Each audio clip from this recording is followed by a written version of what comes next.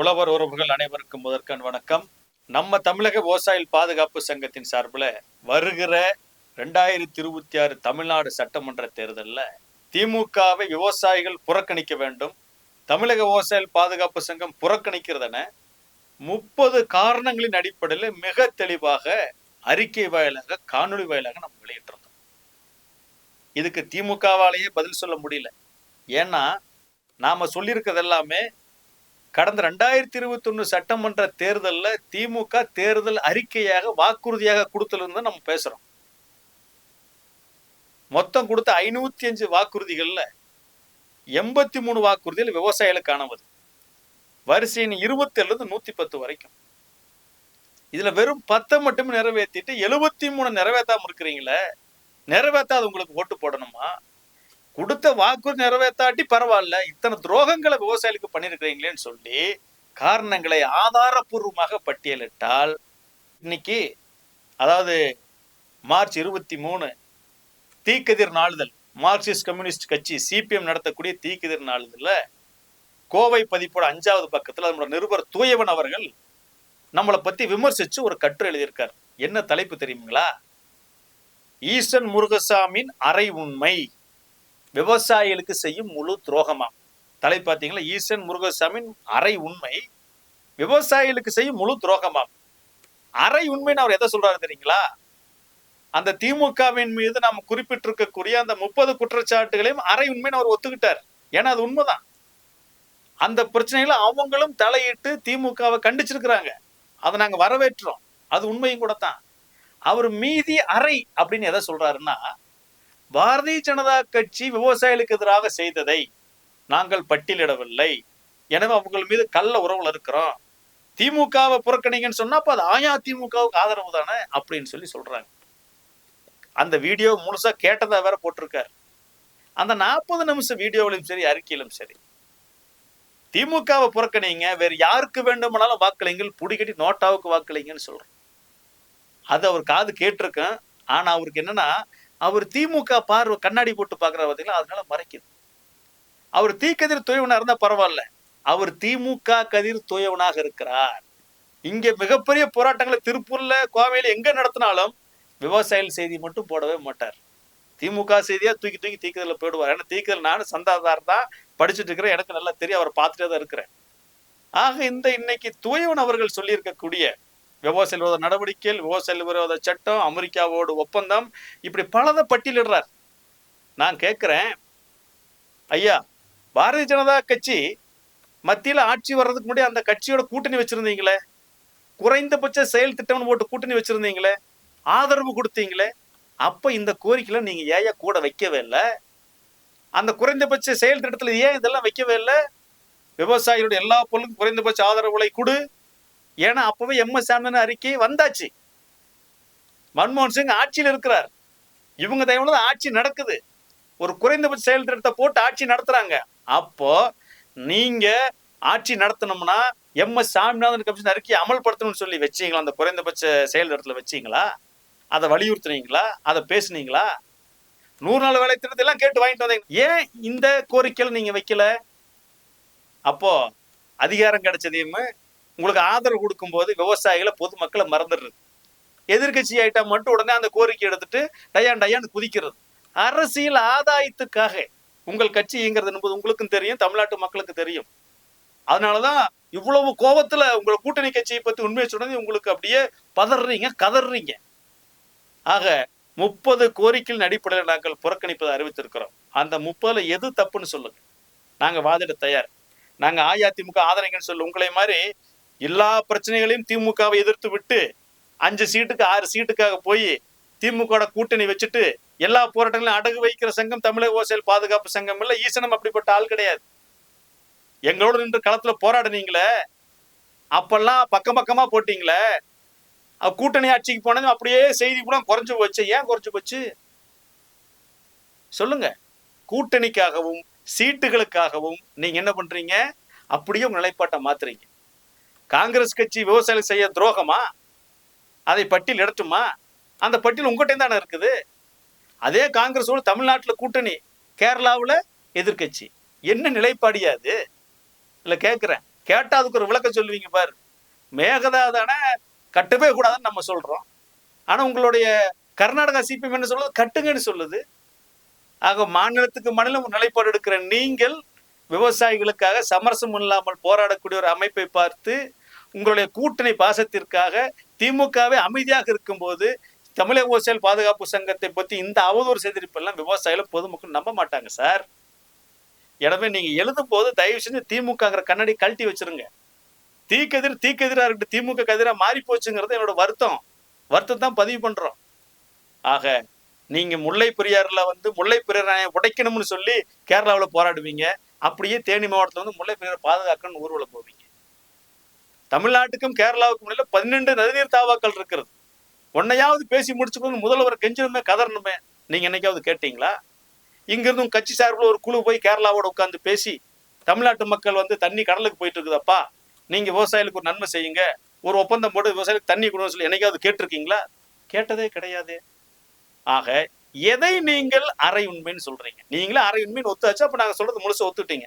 அப்போ உண்மைகள் அப்படி இருக்கும்போது அவ்வளவு மோசம் செஞ்ச திமுகவோடு எப்படி கூட்டணி வைக்கிறீங்க? கண்ணிருந்தும் குருடராக தோய்வன் அவர்கள் இருக்கிறார். பாரதிய ஜனதா கட்சி செய்கிற அனைத்து தவறுகளையும், மத்திய அரசுகளும் மாநில அரசுகள் செய்கிற அனைத்து தவறுகளையும் தமிழ்நாட்டிலே விவசாயிகளுக்கு எதிராக செய்யும் போது அதை முதலில் கண்டிக்கிற இயக்கமாக, போராட்டத்தை நடத்துகிற இயக்கமாக இன்னைக்கு தமிழக விவசாயிகள் பாதுகாப்பு சங்கம் இருந்து கொண்டிருக்கிறோம். அதுதான் பிடிக்கல இவங்களுக்கு. பாரதிய ஜனதா கட்சி இவங்க மட்டும்தான் போராட லைசன்ஸ் கொடுத்துருக்காங்களா உங்களுக்கு? ஆக தமிழக விவசாயிகள் பாதுகாப்பு சங்கம் இன்னைக்கு விவசாயிகள் மத்தியில் சிறப்பாக வளர்ந்து கொண்டிருக்கிறது, அது நடுநிலைமையாக இருக்கிறது, அது விவசாயிகளுக்காக தொடர்ந்து இயங்குகிறது அப்படிங்கிறதெல்லாம் பார்த்துட்டு பொறாமையோடு நீங்க இந்த புகைச்சல் எழுதி இருக்கிறதான் இதுல பார்க்க அப்படித்தான் தெரியுது. பாவம், ஏன் இவ்வளவு வைத்திருச்சல் விவசாய இயக்கத்தின் மீது? உங்களுக்கு சீட்டு 5 சீட்டு 6 சீட்டு நாளை வைக்கிற திமுக இல்லாத வைத்திருச்சல் எங்கள் மீது வர காரணம் என்ன? திமுக சேர்க்கிற அனைத்து அநியாயங்களையும் உங்க கட்சி கண்டிச்சு விட்டு அவருடைய கூட்டணி வைக்கிறதுக்கான காரணம் என்ன? நீங்கள் மார்க்சிஸ்ட் கம்யூனிஸ்டுகளாக இருங்கள், தீக்கெதிராக நடத்துங்கள், நடுநிலைமையோடு பணியாற்றுங்கள். அதைத்தான் நாங்கள் உங்ககிட்ட எதிர்பார்க்கிறோம். இது நடப்பது தமிழ்நாடு சட்டமன்ற தேர்தல். இந்த தேர்தலில் இந்த தமிழ்நாட்டுக்கு நிலைப்பாடு என்ன? ஆளுகின்ற கட்சி திமுக கொடுத்த வாக்குறுதி நிறைவேற்றல, துரோகங்களையும் இவ்வளவு துரோகங்களை செஞ்சுட்டாங்க. அப்ப இந்த கட்சியை புறக்கணிக்காம என்ன ஓட்டு போடுன்னு உங்களை மாதிரி 5 சீட்டுக்கு அப்ப எங்களால் கேட்டிருக்க முடியும் நினைச்சிட்டு இருக்கீங்களா தோய்வன்? உண்மையிலுமே நான் சொல்றேன், நீங்கள் ஒரு பொது உடைமை நண்பராக இருந்திருந்தால் உங்களுக்கு கண்டிப்பா கோபம் வந்திருக்கும். உங்க கட்சி திமுகவோட போய் 5 சீட்டுக்கு 6 சீட்டுக்கு எத்தனை போராட்டங்களை இயக்கங்களை திமுக எதிர்த்து நடத்தி விட்டு அறிக்கை வச்சுவிட்டு நீங்க போய் 5 சீட்டு 6 சீட்டுக்கு நிக்கிறத பார்த்து கோபம் வந்திருக்கணும். வரல, ஏன்னா நீங்க திமுக காசுல உப்பு வாங்கி சாப்பிடுறீங்க. அதனாலதான் தூயவன் ஐயா உங்களுக்கு கோபம் வரல. உங்க கட்டுரையை பதிப்பிச்சிருக்க தீக்கெதிர் திமுக எதிராக மாறி போச்சு. சிபிஎம் என்ன நிலம் ஆகி போச்சு. எவ்வளவு பெரிய தோழர் சண்முகம், எவ்வளவு பெரிய தோழர் பாலகிருஷ்ணன், எல்லாரும் அருமையா உழைக்கிறீங்க. ஆனா உழைச்சு போட்டு கடைசியில் கொண்டு போய் அதை எங்க அடமானம் வைக்கிறீங்க யோசிச்சு பாருங்க. திமுக செஞ்ச தவறுகள் நாங்க புறக்கணிக்கிற தயார்னு அறிவிச்சாச்சு. நாங்க எல்லாரையும் புறக்கணிக்க தயார்னு அறிவிக்கிறோம். நீங்க திமுகவை புறக்கணிப்பது தயார்னு அறிவிக்க உங்களுக்கு உங்க தீக்கெதிர்க்கோ உங்க கட்சிக்கோ தைரியம் இருக்கா? பேசிக்கலாமா?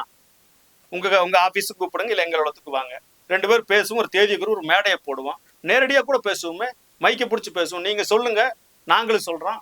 நீங்க எதையெல்லாம் நாங்க இன்னைக்கு எந்தெந்த துரோகங்கள் திமுக துரோகங்களை பட்டியல் இருக்கோம் அதை பூரா நீங்களுமே துரோகம் தான் சொல்லியிருக்கிறீங்க. பிஜேபி செய்யறது எதெல்லாம் துரோகம் சொல்லி அதையும் நாங்களும் துரோகம் தான் சொல்லியிருக்கிறோம்.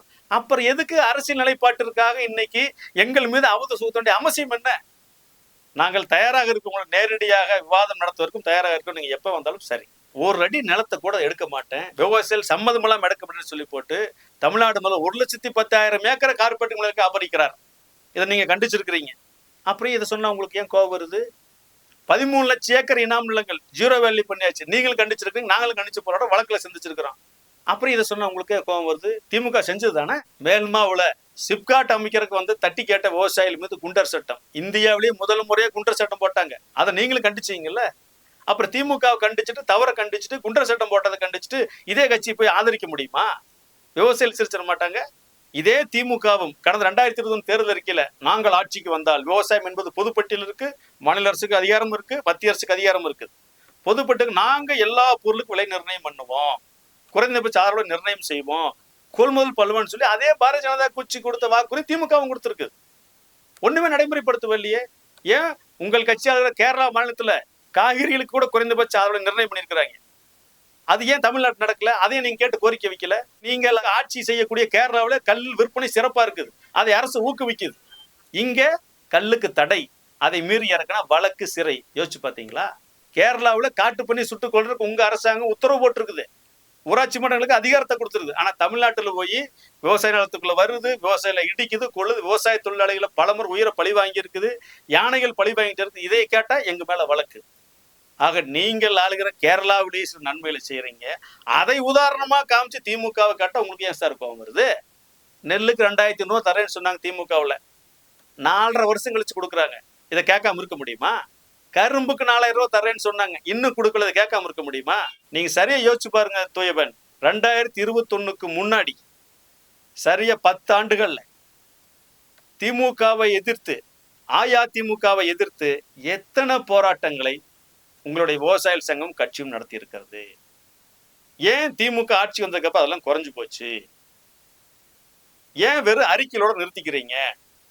ஏன் ரொம்ப பாலிசா பூசி மேலே அறிக்கை கொடுக்குறீங்க, போராடுறீங்க? முன்பு இருந்த தீவிரமான போராட்டங்கள் எங்க? இல்ல கோரிக்கை நிறைவேற்றி வச்சுட்டாங்களா? எத்தனை கோரிக்கைகள் திமுக நிறைவேற்றுன்னு சொல்லுங்க, அதை பத்தி பேசுவோம்.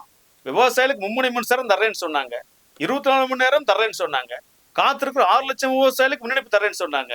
40,000 விவசாயிட்டு 2 லட்சம் 3 லட்சம் ஹெச்பிக்கு வாங்கிட்டு இன்ன வரைக்கும் அதை தராம 3 வருஷமா இழுத்துட்டு இருக்கீங்க. ஏன் நீங்க இதை கேட்கவே இல்லை? இல்ல இதை கேட்ட போது உங்களுக்கு ஏன் கோபம் வருது? மாநில அரசாங்கத்துக்கிட்ட அதிகாரமே இல்லை, மத்திய அரசாங்கத்து அதிகார குவியல் இருக்குதுன்னு சொல்றீங்கல்ல. இதே நீங்க கேரளாவில் நீண்ட காலம் ஆட்சியில் இருக்கிறீங்க, ஏன் இதுல நீண்ட காலமா மேற்கு மாநிலத்து ஆட்சியில் இருந்தீங்க? அப்ப எங்களுக்கு அதிகார பங்கு வேணும்னு காங்கிரஸோடு குறைந்தபட்ச செயல் திட்டம் போட்டு கூட்டணி வச்ச போது ஏன் அதை பத்தி பேசல? இப்ப கறிக்கோழி பண்ணை விவசாயிகள் போராட்டத்துல கூலி உயர்வு கேட்டு போராடிவது, பொய் வழக்கு போட்டு சிறையில் அடைச்சாங்களே, சிறையில் அடைக்கும் போது உங்க கட்சி கண்டிச்சுதா? கறிக்கோழி பண்ணை விவசாயிகள் கோரிக்கையில அரசு கனிவுடன் பரிசீலிக்க வேண்டும். எதுக்கு சார் இந்த ரெட்ட வேடம்? கைதை கண்டிச்சு என்ன குறைஞ்சு போயிடுறீங்களா? அப்ப போட்ட வழக்கு உண்மையை ஒத்துக்கிறீங்களா?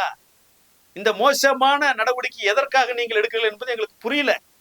மலேசிய பாமாயிலுக்கு மானியம் கொடுக்குறாங்க, அது வேண்டாம் ஐயா, உள்ளூர்ல இருக்கக்கூடிய கடல் எண்ணெய் கொள்முதல் பண்ணு, தேங்காய் எண்ணெய் கொள்முதல் பண்ணு, எள்ளெண்ணெய் கொள்முதல் பண்ணுங்கிறோம். இதை வாக்குறுதியாகவும் கொடுத்துருக்குறாங்க, ஆனா செய்யல. ஏன்னு கேட்டு போராட்டம் பண்ணா நீங்களும் ஆதரிக்கிறீங்க. ஆதரிச்சுட்டு இதன் அடிப்படையில் திமுக புறக்கணிச்சா, ஐயோ நீ திமுக புறக்கணிச்சிடக்கூடாது, அது எங்க கூட்டணி கட்சின்னு சொல்லி கேட்கறீங்க. இதெல்லாம் நியாயமா? தயவு செஞ்சு தூயவன் அவர்களும் சரி, தீக்கதிரும் சரி, சிபிஎம்மும் சரி, திமுக செய்த தவறுகளை நீங்கள் பாலிசா கண்டிக்கிறீங்க, அப்படியே நேக்கா ஒதுங்கிக்கிறீங்க. ஏதாச்சும் ஒண்ணு சிறுசா செஞ்சுட்டா உடனே முதலமைச்சர் சந்திப்பு, பாராட்டு விழா நடத்துறீங்க. இதெல்லாம் என்ன நியாயம் இது?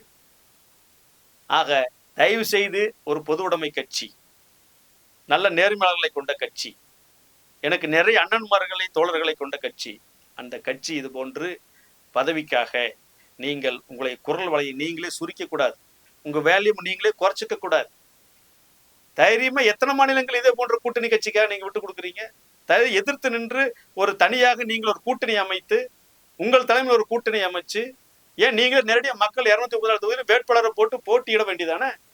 கண்டிப்பா மக்கள் உங்களுக்கு ஆதரவு கொடுப்பாங்களே, அந்த நம்பிக்கை இருந்தும் அதற்கான வாய்ப்பு இருந்தும் ஏன் அதை கெடுத்து விட்டு இவ்வளவு விவசாய விரோத செயல்களை செய்த திமுகவுக்கு ஆதரவு கொடுக்கிறீர்கள்? ஆக தீக்கதிர் திமுகவின் கதிராக மாறிவிட்டது. தூயவன் அவர்கள் திமுகவின் உப்பை போட்டு சாப்பிட்டுட்டு இருக்கிறாரு. இதை மார்க்சிஸ்ட் கம்யூனிஸ்ட் கட்சி சொல்லாம அவர் எழுதியிருக்க மாட்டார் என்பதை நான் உறுதியோடு நம்புறேன். ஆக நீங்கள் இது போன்ற எங்களை விமர்சிச்சாலும் நாங்கள் இன்னைக்கு தெளிவாக சொல்றோம், நாங்கள் யாரிடமும் ஓட்டுக்காகவும் நோட்டுக்காகவும் சீட்டுக்காகவும் கூட்டணி வைத்ததில்லை. நாங்கள் அரசியலும் இல்லை. நாங்கள் விவசாயிகளுக்காக சமரசமற்று களத்தில் நிற்கிறோம், வழக்கை சந்திக்கிறோம், சிறைகளை செல்கிறோம். ஆக எங்கள் கோரிக்கையில நியாயம் இருக்கிறது. காரணம் இல்லாமல் நாங்கள் திமுகவை புறக்கணிக்க சொல்லவில்லை. 30 காரணங்களை பட்டியலிட்டு சொல்லி இருக்கிறோம். திமுகவின் தேர்தல் அறிக்கை அடிப்படையாக வைத்து பேசியிருக்கிறோம். அவர்கள் செய்த தவறுகளை அடிப்படையாக வைத்து நாங்கள் பேசியிருக்கிறோமே ஒழிய நாங்கள் ஆதாரம் இல்லாமல் பேசவில்லை. அதே தவறுகளை திமுக செய்த போது கண்டித்த இயக்கமும் உங்கள் இயக்கம் இருக்கும் போது அது என்ன ஈசன் முருகசாமி அரை உண்மை, விவசாயிகள் செய்யும் முழு துரோகம். நீங்கள் உங்களுடைய அதிகாரத்தில உங்களுடைய ஆதரவுல மத்திய அரசாங்கம் நடந்த போது எதையும் கேட்காமல் அமைதியாக இருந்தது காரணம் என்ன? அந்த காங்கிரஸ் விவசாயிகளுக்கு 60 ஆண்டுகளாக செய்த துரோகத்தின் பட்டியல் உங்களுக்கு தெரியாதா? எத்தனை ஜனநாயக மீறல்! ஏன் பிரதமரே சொன்னாரு, மன்மோகன் சிங் விவசாயிகளை விவசாயத்துட்டு வெளியேறுங்கன்னு சொன்னார். அது கூட உங்களுக்கு மறந்து போச்சா?